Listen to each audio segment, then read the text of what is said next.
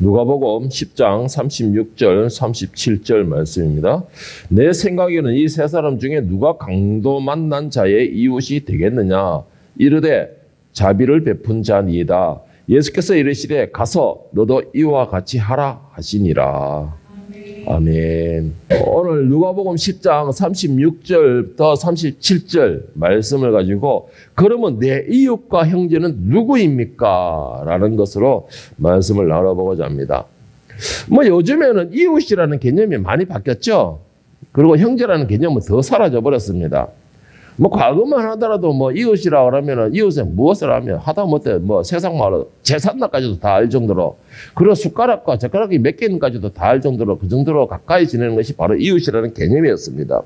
그래서 형제보다, 멀리 있는 형제보다 이웃이 더 가깝고 친하다라는 노래가 있을 정도로 그렇게 지냈는데, 요즘에는 이웃이라는 개념이 있을랑가도 모르겠고 하여튼 그 개념이 많이 사라진 게 사실입니다. 그래서 아파트 같은 경우는 옆에서 고독사를 해가지고 그 시체가 썩어서 냄새가 풀풀 나는데도 누구나 관심이 없다가 그곳에서 냄새가 너무 많이 풍기면은 그 냄새를 불쾌 건물에 신고를 한답니다. 그래서 그 시체가 나오고 이러는데, 그 사람이 옆에 있으면서, 옆집에 사람이 있으면서 한동안 하루 이틀 동안 안 나온다면은 그 안 나오는 걸 염려를 해서 들여다볼 수 있는 게 이웃이 사랑이고, 그런데 어떻게 했든 그 정도 요즘에 이웃이라는 개념 자체가 많이 사라진 것이 사실입니다. 그리고 이것이 세상에만 그런 게 아니고 우리 교회에서도 똑같은 현상이 벌어지고 있습니다. 어떻게 되냐면은 교회에서도 새로운 신자들이 들어오면은 그 신자들이 여기서 정착할 수 있는 그런 분위기를 만들어주지를 못하고 있습니다. 다시 말해, 예를 든다면 무슨 말이냐? 친한 사람만 내 형제고 내하고 가까이 있는 사람만이 나에게 아는 사람이고 친한 형제다, 이런 개념들을 가지고 있습니다. 그래서 교회에는 새 신자들이 들어오면 요즘 같은 경우는 적응을 못합니다. 일명 말하면 교회에 있는 기존 다니는 사람들이 뭐하다?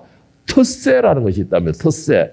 그 텃세 때문에 새 신자들이 요즘에는 가면은 버텨내지를 못한다라고 말을 하는데, 그러면 개척교회로 오세요 가면 개척교회는 너무나 없어 허전해서 못 옵니다 라고 말하면서, 그래서 교회라는 것이 지금 현재 어쨌든 옛날에는 성장세를 비롯하면 요즘에는 하락세를 보일 정도로, 그 정도로 교회라는 분위기도, 이웃이라는 분위기도, 형제라는 분위기도 내가 가까운 사람, 내가 아는 사람, 내가 믿을 수 있는 사람, 내가 친한 사람, 나하고 관계를 형성하고 있는 사람, 그런 개념으로서 이웃지고 있다라는 안타까움이 있습니다. 자, 그러면은 이웃이라는 개념부터가 오늘 우리 성경에서 예수님께서 말씀하시는 그 기준으로 해서 이웃이라는 개념부터 정리를 해보고, 또한 우리는 그 이웃에 대해서 과연 어떻게 무엇을 해야 되는가라는 생각을 오늘 말씀을 가지고 한번 나눠보고자 합니다. 자, 이 말씀을 드리기 전에 제가 먼저 신앙 고백을 할 수 있는 것은, 저도 이 이웃이라는 개념에 대해서 정말 많이 힘들어합니다. 저도 이 몇 년이 아니죠. 대구에 오면서부터 시작해서 이 이웃이라는 개념과 내가 이웃을 어떻게 해야 된다는 개념을 가지고 있으면서 열심으로 노력을 하고 있지만은 정말 안 되고 있어요. 나도 이게 아직까지 안 되고 있는데, 그래서 오늘 이 말씀을 가지고, 예수님께서 우리에게 주시는 그 말씀을 가지고 저뿐만 아니라 여러분도 함께 이웃이라는 개념을 한번 바꿔보고, 그 이웃에 대해서 과연 예수님께서는 어떻게 하라고 말씀하고 계시는가라는 것을 우리가 오늘 나눠보면서 한번 다시 정립해보고 내 자신을 한번 돌아볼 수 있는 시간이 되었으면 좋겠습니다.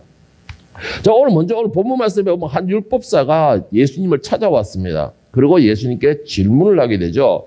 여러분, 율법사라는 사람이 과연 어떤 사람일까요? 오늘로 따지면은 목회자들이나 종교 지도자들이나 더 나아가서는 이 그러니까 신학자들, 이 연구를 하는 신학자들, 이런 사람들을 보고 종교 지도자다라고 말을 하고, 이 율법사다라고 말을 하고 있는데, 이 지도자급 가르치는 사람이 어느 날 예수님한테 질문을 하게 됩니다. 질문을 하는데 순수한 마음에 내가 깨닫고자 하는 질문이 아니고 예수님을 시험하기 위한 예를 들면 뭐예요? 내가 그래도 율법사인데 라는 개념의 그런 교만에 빠져서 예수님을 시험하는 장면이 나옵니다. 자, 오늘 본문에서 10장 25절에 보면 어떤 율법교사가 일어나 예수를 시험하여 이르되 선생님, 내가 무엇을 하여 영생을 얻으리까? 여러분, 여러분들이 생각할 때는 영생이라는 기준이 어떤 것을 생각하십니까? 무엇을 하여야 영생을 얻는다고 생각하십니까?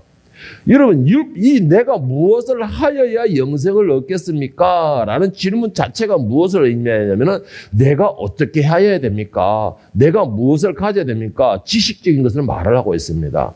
지식적인 걸 말을 하고 있어요. 그런데 예수님께서는 뭐라고 하셨어요? 그런데 지식적인 걸 말하는 것이 아니고 네가 어떻게 해라 라고 말을 하고 있는 것입니다. 오늘 율법사가 영생에 관하여서 질문을 할 때 예수님께서는 그 영생에 관해서 우리가 알고 있는 것과는 전혀 다른 내용의 대답을 하시게 됩니다. 그 내용을 가지고 오늘 우리가 말씀을 나눠볼 건데 그 내용, 율법교사의 영생, 나는 살기 위하여서 나는 어떻게 살 수 있습니까? 라는 질문을 했는데 예수님의 대답은 뭐냐? 네가 이렇게 안 하면 죽는다라는 대답을 하시게 된 겁니다. 그러니까 전혀 좀 연관이 맺어질 수가 있지만은 뭔가 두려움은 단순하게 살기 위한 질문에 두려움을 줄 수 있는 그런 내용이 되는데, 자, 오늘 이 문제에 대하여서 결론은 뭐냐? 오늘 무엇을 보면은 이웃이라는 개념, 저는 이것을 정리하려고 그랬습니다. 이웃이라는 개념에 대해서 잘못 알게 되면 우리가 버림받을 수 있고 죽을 수도 있다라는 정리를 저는 하게 되었던 것이죠. 그 증거가 뭐냐면 오늘 10장 28절 알려보면 뭐냐면 예수께서 이르시되 내 대답이 옳도다. 이를 행하라. 그리하면 어떻게 한다세요? 그리하면 살리라 했습니다. 살리라는 그 말 자체의 의미가 정의가 뭐예요? 율법교사가 어떻게 하면 살 수 있습니까? 라는 질문에 대해서 이렇게 해라 그러면 살 수 있다. 이런 개념이 됩니다. 자, 그러면은 이 율법사는 어떻게 해야 살 수 있습니까? 라고 하는데 네가 이렇게 못하면 죽는다. 결론이 나오는 거예요. 그러면 결론 뭐예요? 이렇게 하면 살 수 있다라는 건데 그럼 과연 무엇을 어떻게 해야 살 수 있다는 것입니까? 무엇을 어떻게 해야 살 수 있다는 것이죠? 그러니까 예수님께서 말하는 건 내 이웃을 사랑하라는 것입니다. 하나님을 사랑하듯이 내 이웃도 사랑하라는 거예요. 그러니까 율법교사가 그럼 내 이웃이 누굽니까? 예수님께서 말씀하시기를 너도 가서 네가 이렇게 해라. 그러면 살 수 있다 그랬으니까 그 해가라는 게 뭐냐? 이웃을 사랑하라 라는 게 있으니까 그러면 이웃이 누굽니까? 아까 제가 처음 말한 것처럼 처음에 예를 들은 것처럼 내가 사랑하는 사람, 내가 아는 사람, 내가 친한 사람, 내 형제들 그들이 이웃입니까? 라는 질문과 똑같은 거예요. 그러니까 예수님께서 행하시는 말씀, 그들이 이웃이 아니다는 거예요. 그것은 형제의 부부 당연한 것이지만 진짜 네가 살기 위하여서 사랑해야 할 이웃은 따로 있다라고 말하는 것입니다. 자, 그래서 오늘 우리가 알아야 되는 거, 과연 누가 이웃입니까? 그러면 율법교사처럼 누가 이웃입니까? 그러면은 그들이 이웃이라면 과연 내가 그들에게 어떻게 해야 됩니까? 어떻게 내가 살 수 있습니까? 라는 것을 오늘 우리가 말씀을 나눠보고자 합니다. 그런데 제가 아까도 말씀드렸지만 저도 이 말씀을 준비를 하고 있었지만 참 힘들었어요. 왜 힘들었냐? 내가 이게 안 되고 있거든.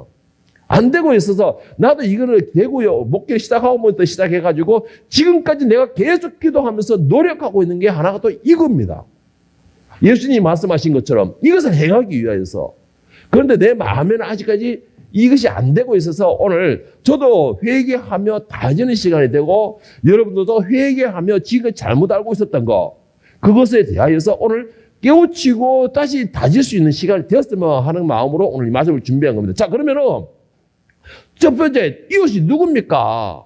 내 이웃이 누굽니까? 라는 질문에 예수님께서 뭐라고 하시냐? 네 이웃은 너의 원수가 너의 이웃이다 라고 말하고 있습니다. 자, 다시 말해서 내 원수가 내 이웃이다 라고 말을 하고 계시는 겁니다. 그러면 증거는 뭐냐면 원수를 사랑하라 라고 말씀하셨잖아요. 그런데 가장 중요한 핵심이 뭔지 아세요? 우리는 원수를 가질 자격이 없다는 것이 가장 핵심입니다. 우리를 원수로 생각하는 사람이 많죠. 너는 나의 원수야. 내가 목숨을 걸고 너를 이겨야 돼. 그래서 내가 칼을 가는데 지금은 칼을 얼마나 가는지 과도가 돼버렸어. 이럴 정도로 우리는 칼을 가요. 원수에 대해서. 원수한테 막 칼을 가는 게 내가 이따만한 장칼을 갖다가 너에 대한 생각만 가지고서 열심히 갈았는데 이것이 과도가 될 줄은 내가 그 정도로 너에게 목수심이 강했어. 이것이 원수가 아니고 여러분 내가 싫어하는 사람, 내가 미워하는 사람, 나하고 맞지 않는 사람, 나와 트러블이 생기는 그런 사람들이 나의 원수가 되는 거예요. 내가 싫은 사람. 자, 그런데 예수님께서 뭐라고 말씀하냐? 내 이웃이 내 원수가 너의 이웃이다 라고 말을 하십니다. 자, 그러면서 그 원수를 어떻게 해야 되느냐? 중요한 건 어떻게 해야 되느냐? 마태복음 5장 22절 24절에 보면은 그 원수도 사랑하되 어떻게 되냐? 나는 너희에게 이르노니 형제에게 노하는 자마다 심판을 받게 되고 형제를 대하여 나가라 하는 자는 공회에 잡혀가게 되고 미련한 놈이라 하는 자는 지옥불에 들어가게 되리라. 그러므로 예물을 제단에 드리려다가 여러분 이거 중요합니다. 그러므로 예물을 제단에 드리려다가 거기서 내 형제에게 원망을 들을 만한 일이 있는 것이 생각나거든. 예물을 제단 앞에 먼저 가서 예물을 제단 앞에 두고 먼저 가서 형제와 화목하고 그 위에 와서 예물을 드리라. 여러분 이게 중요한 말씀입니다. 무슨 말이냐? 오늘 현대에 많은 교인들의 문제가 뭐냐면은 내가 예배만 잘 드리면 그것이 성리한 줄 알아요. 내가 예배만 드리면 성리한 줄 알아요. 내가 목사만 되면, 내가 장로만 되면, 여러분 이것이 내가 성리하는 것을 알고 있습니다. 내가 예배를 잘 드린 것으로 생각하고 있어요. 그런데 중요한 게 뭔지 아세요? 예배를 아무리 열심히 드린다 할지라도 내가 아무리 착한 일을 하냐 할지라도 내 원수를 사랑하지 못하고 그들을 향하여서 내가 이웃의 행동으로 베풀지 못한다면 하나님께서는 우리의 예배를 받지 않으신다라는 것이에요. 예배를 받지 않으신다라는 것이에요. 그리고 우리 아무리 의를 행하는 그 의도 하나님 앞에 기쁨이 되지 못한다라는 말씀이 됩니다. 이게 내 원수를 사랑하지 못하고 그 내 원수를 손을 내가 내밀지 못하고 내 이웃에 대하여서 그 내 원수에 대해서 내 이웃으로서 내가 베풀지 못한다면 내가 어떤 선한 것을 행하더라도 그것을 하나님 기쁘게 드리지 못하는 것이고 내 몸을 다 드리는 그러한 이 제사를 드린다 할지라도 그것이 하나님이 받은 제사가 되지 못한다는 것입니다. 고린도전서 14장에 뭐라고 했어요? 나를 죽이고 나를 불태우고 나를 희생시키는 그런 희생 정신이 있더라도 사랑이 없으면 모든 것이 헛되다 그랬습니다. 그와 같은 거예요. 그와 같이 내가 진짜 이웃에 대한 생각을 가지려면 내 원수부터 사랑해야 된다는 것입니다. 그리고 예수님께서 말씀하시는 진짜 이웃은 누구냐? 바로 내 원수가 내 이웃이다라는 말씀을 지금 예수님이 하시는 것이에요. 그 사람을 나를 향해서 내가 안지 못하고 그 사람을 향해서 내가 그 사람을 품지 못한다면 결국은 내가 어떻게 살 수 있습니까? 라는 말 자체에 대해서 너 이렇게 못하면 죽는다라는데 죽는 것이 내가 해당이 되는 것입니다. 자, 마태복음 5장 44절 48절에 보면 예수님께서 원수에 대해서 이렇게 말하고 있습니다. 나는 너희에게 이르노니 너희 원수를 사랑하며 너희를 박해하는 자를 위하여 기도하라. 이같이 한즉 하늘에 계신 너희 아버지의 아들이 되리니 이는 하나님이 그 해를 악인과 선인에게 비추시며 비를 의로운 자와 불의한 자에게 내리심이라. 너희가 너희를 사랑하는 자를 사랑하며 무슨 상이 있으리요? 세리도 이같이 아니하느냐? 또 너희 형제에게만 무난하면 남보다 더하는 것이 무엇이냐? 이방인들도 이같이 아니하느냐? 그러므로 하늘에 계신 너희 아버지 온전하신 것 같이 너희도 온전하라. 여기서 온전하신 같이라고 해서 죄 없는 삶을 살아라 이 말이 아니에요. 너희가 죄가 없이 온전하라 이 말이 아닙니다. 하늘에 계신 하나님께서 우리를 사랑하신 같이 우리도 내 원수를 사랑하라 이 말씀인 것이에요. 여러분 오늘 이어서 뭐라고 했어요? 예수님께서 말씀하시길 이같이 한즉 하늘에 계신 너희 아버지의 아들이 되느니 그러면서 더 중요한 거 이는 하나님이 그 해를 악인과 선인에게 비추시며 비를 의로운 자와 불의한 자에게 내려주심이라. 하나님의 사랑은 악한 자나 선한 자나 가리지 않습니다. 모든 자에게 공평하게 내려주신다는 것이죠. 그런데 다만 악인과 선인을 구별하고 그거에 대한 혜택을 주고 너는 비 혜택 받을 자, 태양의 햇빛의 혜택을 받을 자, 그리고 너는 자격이 없는 자 이렇게 구별하는 게 누가 하느냐? 우리가 하는 거예요. 우리가 하는 것이에요. 응? 하나님께서는 우리를 사랑하시되 구별 없이 우리의 죄와 상관없이 사랑해 주시고 기회를 주시고 그리고 우리에게 은혜를 베푸시고 계신데 우리는 그걸 구분하는 것입니다. 너는 멸망받을 자, 너는 사랑받을 자, 구원받을 자, 영생을 얻을 자, 영원히 살 자, 죽을 자. 우리는 구별해요. 그래서 너는 내 은혜를 받을 자격이 있는 자, 그리고 너는 내 은혜를 받을 자격이 없는 자. 이래서 우리가 구별하는 거예요, 이게. 우리가 구별하는 거예요. 너는 내 말을 잘 듣는 놈. 그러니까 내 사랑하는 놈. 그러니까 너는 내 이웃, 내 형제. 너는 지지도 못하고, 너는 머리도 똘대가리고, 그래서 너는 내 형제가 될 수가 없어. 이게 우리 상황이잖아요. 그런데 예수님께서 말씀하시는 이웃은 너는 똘대가리야. 너는 아는 것도 없어. 너는 말도 안 들어. 왜 이래 꼴통짓이야. 그러나 내가 너를 사랑해. 그러나 내가 너를 품어주는 거야. 그러나 내가 너를 사랑하고 안아줄 거야. 이게 이웃이라는 것이에요. 이게 이웃이라는 거예요. 이런 사람이 은혜를 누리고 사랑을 받은 적이 있고 복을 누리고 더 중요한 거 살 수 있다라고 말씀하시는 겁니다. 이런 사람들이. 이런 사람이 살 수 있다는 거예요. 그런데 우리는 그걸 반대로 알고 있잖아요. 오늘 본문에서도 이와 똑같은 말씀 하십니다. 예수님께서.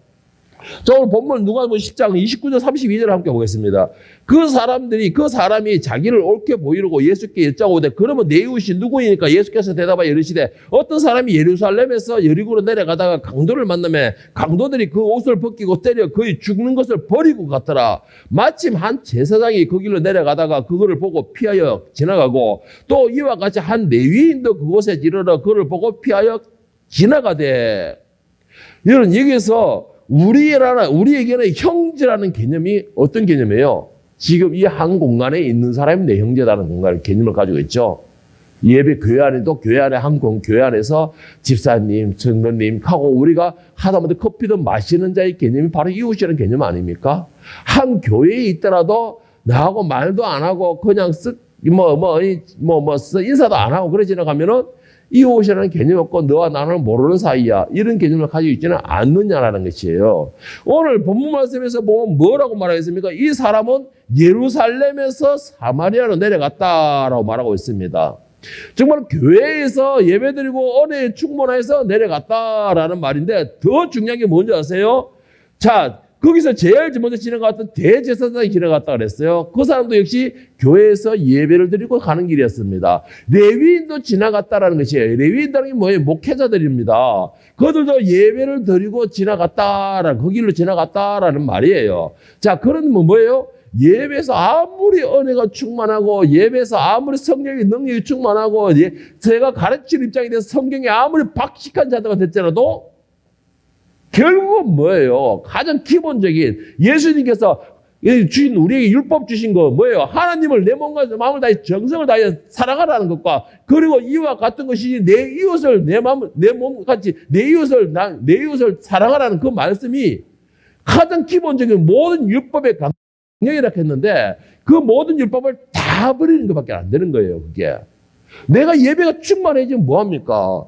내가 은혜가 충만하면 뭐합니까? 내가 성령의 능력이 충만하면 뭐합니까? 내가 병을 치료하는 능력이 있고 귀신을 쫓아내는 그런 특별한 은사가 있으면 뭘 합니까? 가장 기본적인 사랑이 안 되고 있는데 가장 기본적인 예수님의 향기를 뿜어내지를 못하고 있는데 무엇이 필요했습니까? 거기서 무엇으로 예수님 앞에 정리를 할 수 있겠냐는 것이죠. 여러분, 중요한 게 뭔지 아세요? 예수님 앞에서는 내가 예배에 빠지지 않고 잘 드리는 것으로 내 자랑이 되지는 않습니다. 뭐 어딘가 누군가도 내가 어디서 봤는데 뭐 어떤 한 권사님이 자기는 모태신앙이었다는 겁니다. 모태신앙이 되다 보니까는 태어나면서부터 교회를 나왔는데 자기 기억으로는 예배를 단 한 번도 거의 빠지지 않았다는 것입니다. 거의 빠지지 않았다는 것이에요. 자기가 이 교회를 나오는 데부터. 여러분, 그게 하나님 앞에 귀하게 쓰일까요? 물론 귀하겠죠. 지금까지 예배를 빠지지 않고 나왔다는 게 얼마나 귀한 사역입니까? 귀하겠죠. 그러나 중요한 게 그것이 하나님 앞에 구원의 대상이 될까? 저는 그렇다 생각 안 합니다. 예배를 백날 드리면 뭐합니까? 빠지지 않고 전 새벽 기도까지 예배가 다 나오면 뭐합니까? 가장 기본적인 사랑이 없는데, 가장 기본적인 이해력이 없는데, 가장 기본적인 품어지는 게 없는데 제가 처음에 그랬죠. 우리에게는 원수를 가질 자격이 없다라고 했습니다. 왜 그런 줄 아십니까? 하나님과 우리의 관계도 원수 관계였습니다. 바울이 분명히 말했잖아요. 우리가 전에는 하나님과 원수였더니라고 했잖아요. 자, 원수였는데 우리가 지금 어떻게 해서 하나님 앞에 아버지라고 부를 수 있습니까? 예수님을 통하여서 하나님의 사랑으로서 우리의 모든 허물을 덮어주시고 우리를 품어주셨기 때문에 우리를 안아주셨기 때문에 사랑해 주셨기 때문에 우리가 하나님을 아버지라고 부를 수 있는 것입니다. 그런데 원수였던 우리를 하나님 품어주셔서 사랑해 주셨는데 우리는 어찌해서 내 형제도 사랑하지 못하는 것이죠. 여러분, 그것이 얼마나 모순된 점입니까? 여러분, 예배 잘 드리는 걸 자랑하지 마세요. 직분 높은 것으로 자랑하지 마세요. 그건 더 자랑이 되지 않습니다. 그리고 또 한 가지, 오늘날 가장 심각한 거, 헌금 많이 내고 봉사 많이 한다고 자랑을 삼지 마세요. 저는 그런 사람들에게 분명히 말하고 싶은 게 있습니다. 여러분이 직분이 높습니까? 예배를 잘 드렸습니까? 헌금을 많이 냅니까? 봉사 많이 합니까? 그만큼 짐이 더 지워졌다라는 걸 기억하셔야 됩니다. 그만큼 짐이 더 지워진다라는 걸 기억하셔야 돼요. 그만큼 열심으로 더 충성하라는 것입니다. 그런데 우리는 그렇게 하지 못하고 있잖아요. 오직 우리가 생각하는 건 뭐예요? 그냥 나는 예배만 잘 드리면 된다. 나는 그냥 내가 봉사만 잘하면 된다. 여러분, 우리의 모습이 과연 이런 모습은 아닙니까? 자, 두 번째 이웃은 어떤 사람이냐? 내 도움이 간절히 필요한 사람이 내 이웃이다. 내 도움이라는 것입니다. 내 도움. 여러분, 교회에서만 자선을 베풀고 교회에서만 자비를 베풀고, 저는 제가 얼마 전에 CT에서인가 어디에서 TV에서인가 라디오에서인가 제가 이런 설교를 들었습니다. 뭐 대형 교회예요. 대형 교회 목사님인데요. 그 교회 성도들이 목사님, 우리 교회는 넉넉하니까요. 저는 그 12일절을 어려운 교회에 내고 있습니다. 그리고는 뭐 어떤 사람 와가지고 목사님, 우리 교회 선교도 많이 하고 많은 사람들을 베풀고 있으니까는 그 선교원금을 내가 조금 더 못해서 다른 어려운 시골교회에 냅니다. 그랬다가 목사님 대뜸 하는 말이 그 설교를 그 헌금을 내고 때에 그 사람들이 감사합니다라고 하죠. 그렇게 하겠죠, 당연히. 그랬더니 그러면 그걸 누구에게 영광 돌리는 겁니까? 나는 그 말을 듣는데 갑자기 혈압이 다 올라가더라고요. 여러분, 인간적인 감사는 인사는 분명히 하라는 것이 예수님의 그것도 말씀이에요. 우리는 인간적으로 감사를 하는 겁니다. 그리고 기도를 해주는 거죠, 받는 사람들은. 그러나 그 사람들은 뭐예요? 하나님의 이름으로 섬기는 거예요. 하나님의 이름으로 섬기는 것이라는 것이죠. 자신이 도와줄 수 있는 것, 자신이 도움이 필요한 곳에 도움을 주는 것이라는 겁니다. 그것이 말씀이에요. 그런데 왜 그걸 굳이 교회에서 내야 되고 교회를 통해서 해야 되는 것이냐? 교회에서 그걸 100% 하고 있습니까? 아니잖아요. 여러분, 정말 내 이웃은 뭐냐? 내 도움을 필요로 하는 사람에게 내가 도움을 줄 수 있는 사람이 이웃인 거예요.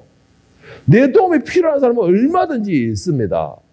저도 옛날에 이거 한번 경험했는데, 일하다가 한참 일하고 있는데 어떤 아줌마가 완전 진짜 완전 초라한 모습으로 와가지고 막 서둘러 와가지고 나 배고파요. 몇 끼 굶었어요. 그러면서 돈 2,000원만 달라는 거예요. 내가 볼 땐 도저히 거지 같은 게 아닌 거예요. 거지 같지가 않는 거예요. 굶은 사람 같지도 않고. 그래서 내가 그때 뭐 작업복 입으니까 돈도 없었지만 대신 있었던 게 카드는 있었죠. 밥은 한 걸 살 수 있었던 거예요. 그런데 내가 그걸 무시해버렸어. 그런데 그게 지금 몇 년이 지났죠. 그러니까 지금 벌써 몇 년째예요. 몇 년이 지났는데도 그게 내 마음의 한 구석에 아픔으로 남아있어요. 아니, 그 사람이 설사 돈이 있으면서 내한테 그더라도 내한테 도움을 요청했는데 내가 그 도움을 뿌리쳐버린 겁니다. 나 그래서 그게 되게 마음에 지금 가슴에 아픈 자리로 남아있는데, 그다음부터는 교회에 들어오는 사람, 하다 보면 노숙자든 냄새가 불불 나니다. 그냥 안 보내요. 내가 먹으려 나는 어떤 컵라면을 갖다 쳐주든가, 우리 사모님 있으면 사모님 가서 어디 가서 도시락을 사오세요. 그러니까 도시락을 한테 베풀든가. 그다음부터는 계속 내 도움이, 이 보잘것은 모든 교인들이 보잘것 없다 그러고 모든 교인들이 무시해버리고 모든 교인들이 들어오기 싫어하는 이 지하 개척교회에, 이 지하 개척교회에 그래도 교회라고 들어와서 도움을 요청하는데 얼마나 감사합니까? 그런데 베푸는 거예요. 내가 도울 수 있는 한도에서 베푸는 겁니다. 그래서 있는 거 뭐 우리 먹으려고 뭐 있는 거 뭐 다 갖다 쏟아주고 다음에 배고프면 또 오세요. 그러다가 좀 더 초라해보고 마음이 더하면은 주머니에 돈 다 털어가 또 주기도 하고 그렇게 합니다. 여러분, 진짜 도움이 진짜 이웃은 누가 이웃이냐? 내 도움을 필요로 하는 사람이 내 이웃이다라고 예수님께서 말씀하신 거예요. 오늘 본문 말씀에 보면은 뭐라고 말씀하시냐? 오늘 본 말씀 32절 36절 보세요. 어떤 사마리아 사람은 여행 중 거기에 이르러 그를 보고 불쌍히 여겨 가까이 가서 기름과 포도주를 그 상처에 붓고 싸매고 자기 짐승에 태워 주막으로 데리고 가서 돌보아 주니라. 그 이튿날 그가 주인에게 데나리오 둘을 내어주며 이르되 이 사람을 돌보아 주라. 비용이 더 들면 내가 돌아와서 갚으리라 하였으니 내 생각에는, 네 생각에는 이 세 사람 중에 누가 강도 만난 자의 이웃이 되겠느냐? 예수님께서 이제 본격적으로 이웃에 대해서 말씀하시는 겁니다. 자, 이웃에, 예수님께서 말씀하시는 이웃은 누구냐? 강도 만난 사람이 이웃이 아니고, 제사장이 이웃이 아니고, 뭐 성경에 대해서 많이 안다고 이웃이 아니고, 그렇다고 성경을 가르친다 해서 이웃이 아니고, 누가 이웃이냐? 비록 너희가 보기에는 이방인이라고 내팽개치고 있는, 너희가 보기에는 저놈은 못된 놈이라고 내팽개치고 있지만, 저놈이 보니 짐승 같은 놈이라고 베풀고 있지만, 그 사람이 도움이 필요한 사람에게 도움을 손길을 낼 때 그 사람이 이웃이라는 것입니다. 내하고는 원수지간으로 있지만은, 내하고는 서로가 보면 으르렁거리고 있지만은, 내가 실제로 진짜 어려워했을 때 그 원수가 나에게서 손을 내밀고, 그 원수가 나에게서 하다 보면 동전을 내밀고 할 때, 그 사람이 나에게 이웃이라는 것이에요. 지금 옆에 있는 사람이 이웃이고 형제가 아니고, 정말 나에게 도움이 필요한 사람, 그 사람이 나에게 형제라는 것입니다. 이웃이라는 것이에요. 예수님께서는. 이 말이 무슨 말입니까? 너희도 거저 받았으니 거저 주라. 이게 예수님의 말씀입니다. 너희가 도움이 필요한 사람이 있으면 주라는 것이에요. 오늘 아침 이창수 목사님 설교를 듣는데 이창수 목사님 이런 말씀을 하시더라고요. 너희가 은혜를 받는 이유가 무엇인지 아느냐? 너희를 위해서 주는 게 아니다. 그 은혜를 다른 사람에게 쏟으라고 주는 것이다 라고 말한 거예요. 순간적으로 제가 뒤통수를 딱 맞았어요. 와, 맞아. 그러면서 또 하는 말이 있어요. 너희가 성령의 권능을 받는 이유가 뭐냐? 그 성령의 권능을 네 자랑으로 삼으라고 주는 게 아니라는 것이죠. 그 성령의 권능으로서 내 이웃에게 행하라고 주시는 거다. 내 이웃에서 부르짖으라고 주시는 것이다. 순간적으로 들러가는 거예요, 제가. 그리고 또 세 번째 말하는 거, 하나님이 너에게 물질을 주시는 게 이유가 뭔지 아느냐? 하나님께서 너에게 돈을 많이 쏟아부어 주시는 이유가 뭔지 아느냐? 내 이웃에게 써라고 주시는 것이다. 네 놀 거 먹고 살라고 주는 게 아니고, 네 형제 욕심 부리라고 먹고 살라고 주는 게 아니고, 하나님께서 너에게 물질 주시는 거는 그 물질을 이웃에게 주라고요. 이웃에게 주라고 너에게 그냥 맡겨놓은 것이다. 하나의 중간 통로다, 너는. 주라고 물질을 주는 것이다. 이렇게 말을 하는 거예요. 그 말을 듣는 거는, 이거 이창섭 목사님하고 내하고 진짜 왜 이렇게 말, 아니, 매주일마다 어떻게 아침 듣다 보면은, 내하고 설교가 패턴이 너무 앉아 들어가요. 제가 그러면서 딱 드는 생각, 오늘 지금 내가 준비한 말씀인데, 내 형제가 뭐냐? 내가 줄 수 있는 사람, 내 도움이 필요한 사람에게 그 사람이 내 이웃이다라고 하는데, 하나님이 물질을 주시는 이유는 나를 위해서라는 게 아니고, 주라고 물질을 주신다라고 하니까, 주은 내 말인데? 야, 역시, 이창섭 목사님은 몇몇 명의 목회자, 몇십만, 10만 명, 하여튼 그런 식으로 목회자고, 나는 50만 명의 목회자고, 내하고 이상의 패턴이 딱 맞네, 라는 생각을 제가 오늘 가지게 되었습니다. 여러분, 진짜 이웃이 어떤 이웃이냐? 여러분들이 정말 예수님이 말씀하신 그 이웃이 되고자 한다면요, 여러분이 주머니에 꽉 쥐고 있지 마세요, 제발. 누구든지 간에 여러분에게 손 내밀면 그 손을 잡아주세요. 제발 부탁합니다. 예수님 앞에 여러분이 이웃이 되길 원하십니까? 예수님이 여러분의 이웃이 되길 원하세요? 예수님이 여러분 형제가 되길 원하십니까? 그러면은 그 손을 잡아주세요. 제발 부탁합니다. 요즘 우리 교회들이 이게 안 돼요. 이게 안 돼요. 저도 지금 이게 안 되고 있어요. 창원에 있을 때는 이게 참 잘했습니다. 저도 지나가다가 하다못해 뻔히 가짜는 거 알면서도 통지를 넣어주고 하다가 돈 필요하면 넣어주고 했는데, 대구에 와가지고 사람들이 너무나, 지금까지 제가 만나서 너무나 사람을 이용하려고 그러고 뒤통수를 치려고 그러고 그랬으니까 내 마음이 삭막해져 버렸어요. 삭막해져서 지금 이 이웃이라는 개념을 저도 지금 계속 기도하면서, 이게 아닌데 내가 당하더라도 저 사람이 혹시 거짓이라도 내가 할 도리는 뭐냐? 나는 그에게 베푸는 것이 나의 도리다라는 것을 계속 내 자신을 주입을 하면서 행하려고 하는데도, 나도 아직까지 피조물이다 보니, 죄인이다 보니까는 그게 지금 완벽하게 안 되는 게 아직까지 나도 기도 제목이에요, 그게. 그러면서 오늘 이 말씀을 준비한 거, 내 이웃이 누구냐? 내 도움 필요한 사람이 내 이웃이다. 이 말씀을 준비하면서 오늘 나도 깨닫고 회개하고, 그리고 오늘 여러분들도 함께, 여러분들도 솔직히 그렇잖아요. 딱 보고서 저거 좀 착하고 이쁜 놈이 같으면, 너 내 형제, 내 사랑하는 놈. 저게 조금 말 안 듣고 꼴통하고 참 뭔가 틱틱거려서 그 사람의 마음을 얻어만 주려고 하는 게 아니고, 내가 보이는 것으로, 너는 내 원수. 내하고 상관없는 놈. 이런 식으로 하잖아요, 우리도 솔직히. 그러니까 그것이 이웃이 아니라는 거예요. 그런데 예수님께서 뭐라고 했습니까? 네가 살려면은 네 이웃을 사랑하라는 것입니다. 네가 살려면은. 그런데 우리는 그렇게 하지 못하고 있잖아요. 베드로서 1장 15절 17절에 뭐라고 말씀하느냐? 오직 너희를 부르신 거룩한 이처럼 너희도 모든 행실에 거룩한 자가 되라. 기록되었을 때 내가 거룩하니 너희도 거룩할지어라 하셨느니라. 외모로 보시지 않고 각 사람의 행위대로 심판하시는.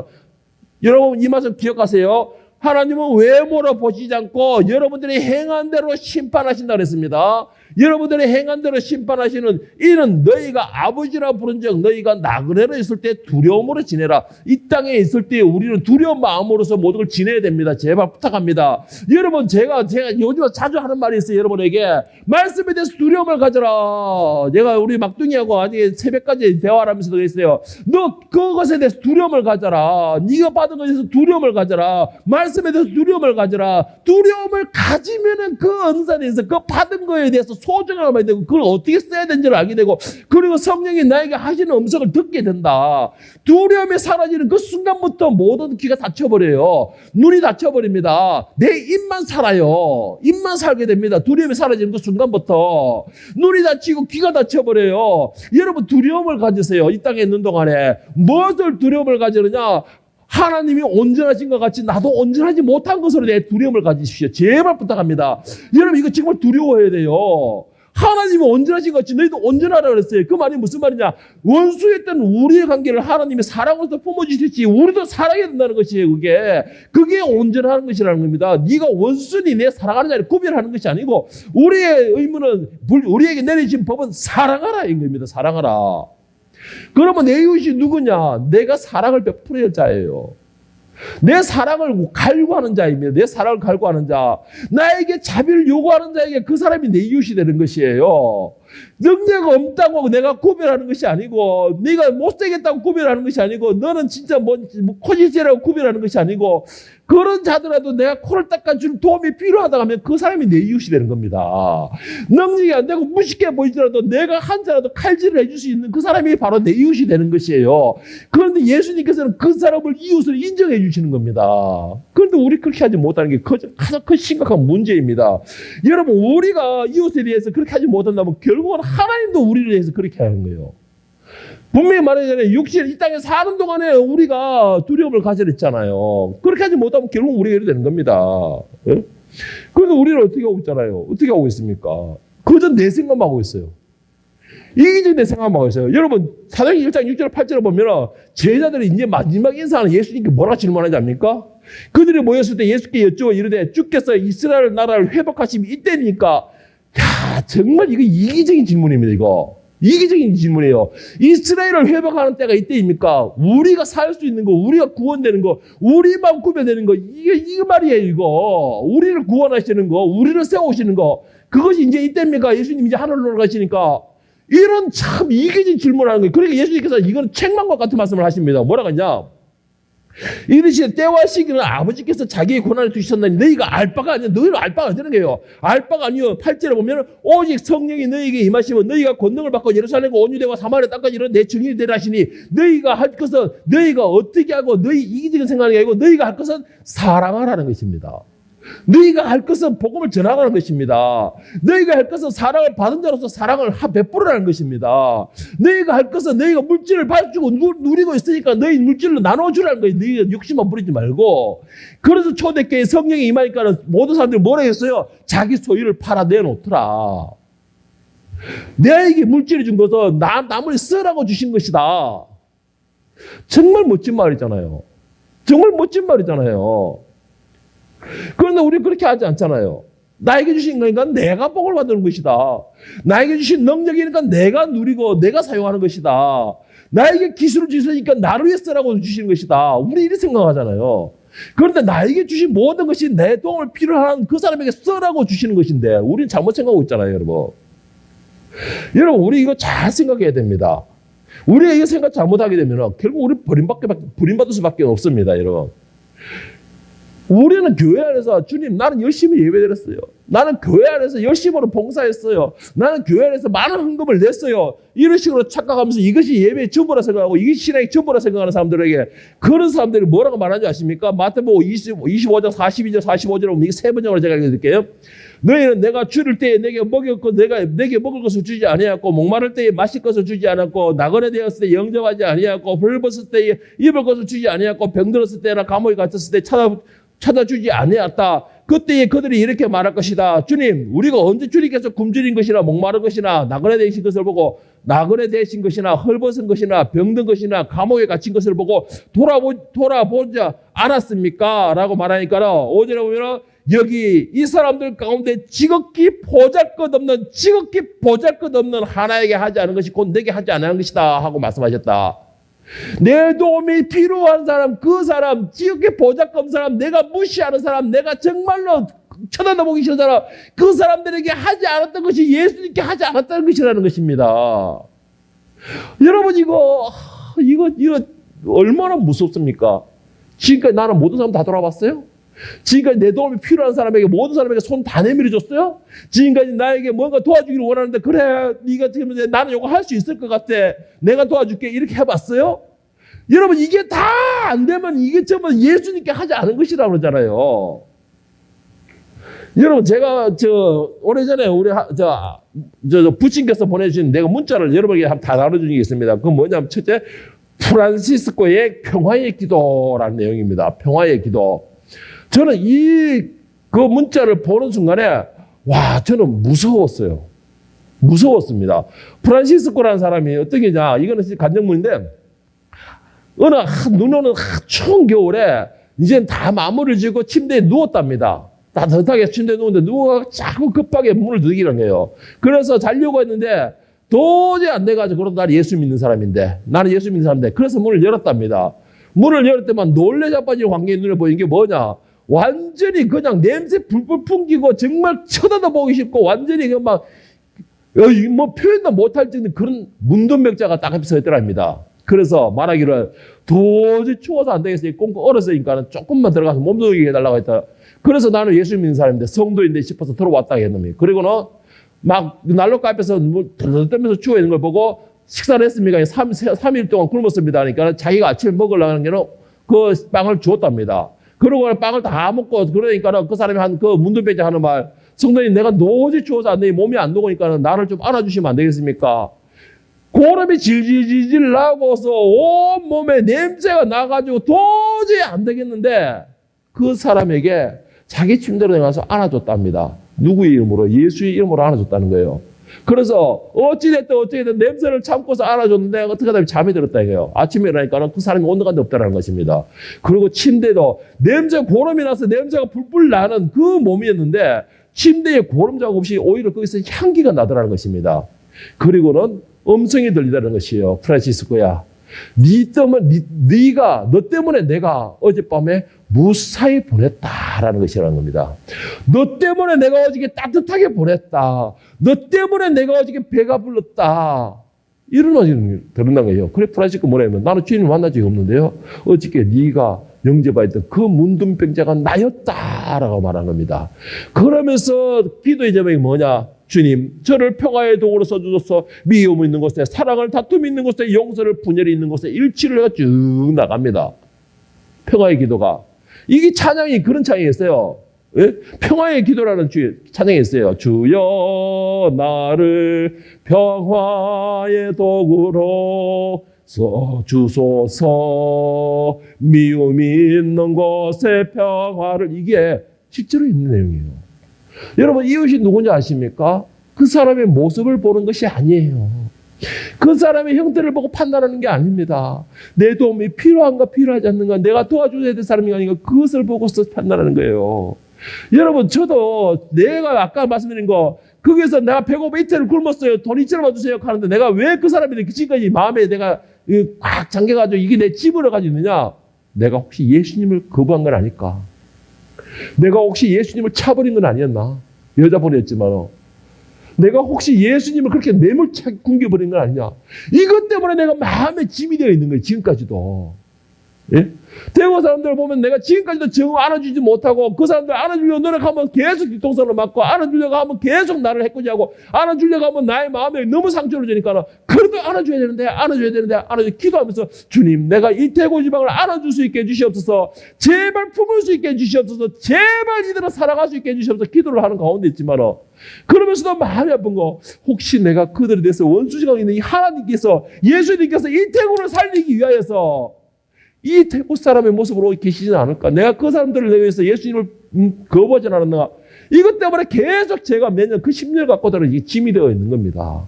여러분, 이것저만 생각할 것이 아니고 오늘 이 자리에 있는 여러분들도 같이 이 마음을 가졌으면 좋겠습니다. 여러분의 도움이 필요한 사람 있습니까? 그 사람이 이웃이 되고 그 이웃에게 사선을 베풀었을 때 예수님께서 프란시스코에게 말한 것처럼 내가 어제 너 때문에 따뜻하게 보냈다. 너 때문에 내가 살 수 있었다. 너 때문에 내가 배를 불릴 수 있었다. 이런 말씀을 하게 되는 것입니다. 잠언서 19장 17절은 뭐라고 했냐? 가난한 사람에게恩을 베푸는 것은 주님께 꾸이는 것이니 주님께서 그 선행을 넉넉히 갚아주신다. 이게 세 번역에는 어떻게 되는 것이냐?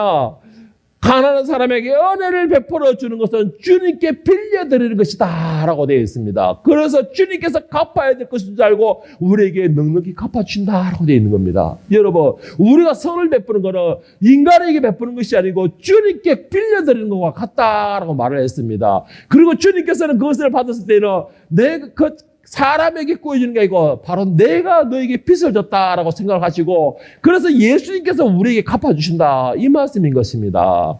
여러분, 이웃은 내 도움이 필요한 사람입니다. 그러면 어떻게 되겠어요? 어떻게 되겠습니까? 37절에 예수님께서 당연하게 결정을 지키고 단호하게 말씀하시는 게 있습니다. 예수께서 이르시되 가서 너도 이와 같이 하라. 여러분들 행하시기를 축복합니다. 이웃에게 행하시길 축복합니다. 그 이웃이 사람으로 보지 마시고 그 이웃이 내 원수로 보지 마시고 그 이웃이 보잘것없는 존재로 보지 마시고 그 이웃이 바로 예수님이라고 생각하시길 바랍니다. 그 이웃은 예수님이 나에게 도움을 요청하시는 것이다. 예수님께서 나에게 도움을 요청하시는 것이고 예수님께서 나에게 손을 내밀고 계시는 것이고 예수님께서 나에게 돌아봐 달라라고 부탁하시는 것이다 라고 생각을 해보세요. 여러분, 예수님이 그런다 하면 어떻게 여러분 매몰차게 뒷걸음질차고 말로 찾을 수 있겠습니까? 여러분, 예수님 손을 내민다 하면 어떻게 네 머리가 그거밖에 안 되니 네 수지만이 그거밖에 안 되니 너는 나와 상관없느니 너는 내 원수라고 어떻게 말을 할 수 있겠습니까? 여러분 자신이 있습니까? 예수님 앞에 그렇게 말할 수 있다면 오늘 이 자리에 앉아있을 필요 없어요. 여러분 앉아있을 필요 없어요. 차라리 나가서 즐기세요. 그게 오히려 여러분 육신을 위해서는 좋은 겁니다. 그런데 이 자리에 앉아있는 이유가 뭐예요? 예수님이 사랑해 주셨고 나는 그 예수님의 사랑의 은혜를 감사하여 나도 영원히 오늘 율법사가 말한 것처럼 나도 살고 싶어 이 자리에 왔다. 그러면은 행하세요. 행하세요. 행하기를 축복합니다. 그리고 여러분들이 그 은혜를 누리기를 축복합니다. 그러므로 여러분들이 참된 이웃을 소유하기를 축복합니다. 그 이웃이 예수님이 되기를 예수님의 이름으로 간절히 축복합니다. 기도하겠습니다.